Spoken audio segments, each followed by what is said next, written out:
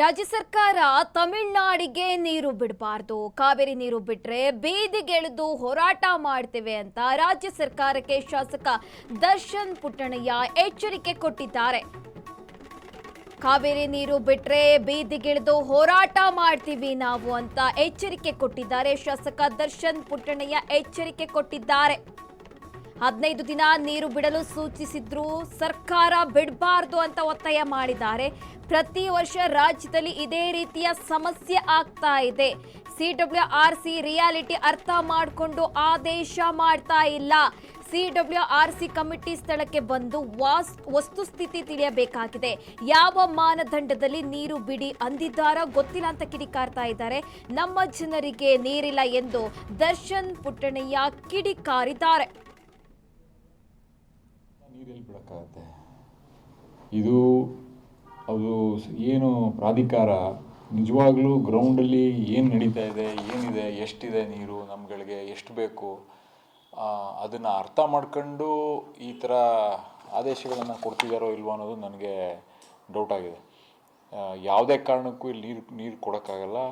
ಇಲ್ಲಿ ಬೆಳೆದು ನಿಂತಿರೋ ಬೆಳೆಗಳಿಗೆ ನಮಗೆ ನೀರಿಲ್ಲ. ಈ ಭಾಗದ ಜನರೆಲ್ಲರೂ, ಇಡೀ ರೈತರು ಎಲ್ಲ ಜೀವನ ಅದ್ರ ಮೇಲೆ ನಿಂತಿದೆ. ಆದ್ರೂ ಏನು ಪ್ರಾಧಿಕಾರ ಯಾಕೆ ಈ ಥರ ಇಷ್ಟೊಂದು ಬೇಜವಾಬ್ದಾರಿಯನ್ನು ತೋರಿಸ್ತಾ ಇದೆ ಅಂತ ನನಗಂತೂ ಅರ್ಥ ಆಗ್ತಾ ಇಲ್ಲ. ಸರ್ಕಾರದವರು ಇದಕ್ಕೆ ಎಲ್ಲ ರೀತಿಯ ಕಾನೂನಾತ್ಮಕ ಹೋರಾಟ ಏನಿದೆ ಅದನ್ನು ಕೈಗೆತ್ತಿಕೋಬೇಕಾಗ್ತದೆ. ಯಾವುದೇ ರೀತಿ ನೀರನ್ನು ಬಿಡುಗಡೆ ಮಾಡಬಾರ್ದು. ಈಗ 15 ದಿನಗಳ ಕಾಲ 4 TMC ನೀರೇನು ಬಿಡಬೇಕು ಅಂತ ಆದೇಶ ಮಾಡಿದೆ. ನೀರೇ ಇಲ್ಲ ಇಲ್ಲಿ.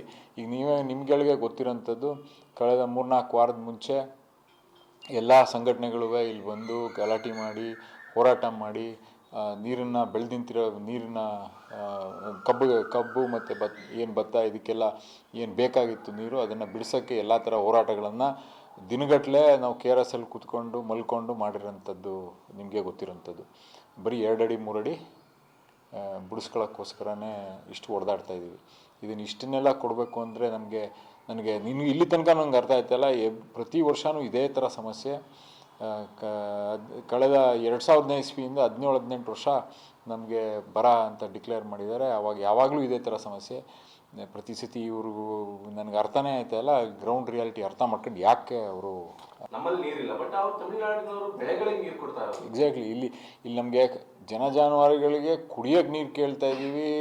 ಅಲ್ಲಿಂದನೂ ಕುಡಿಯೋಕ್ಕೆ ಕೆರೆ ಕಟ್ಟೆಗಳು ನೀವು ಹೋಗಿ ನೋಡಿದ್ರೆ ಎಲ್ಲೂ ಕೆರೆ ಕಟ್ಟೆಗಳಲ್ಲಿ ನೀರಿಲ್ಲ. ಅದ್ರ ಜೊತೆಗೆ ಇಲ್ಲಿಂದ ನೀರನ್ನ ಬೆಳೆಗಳಿಗೆ ಕೇಳ್ತಾ ಇದ್ದಾರೆ.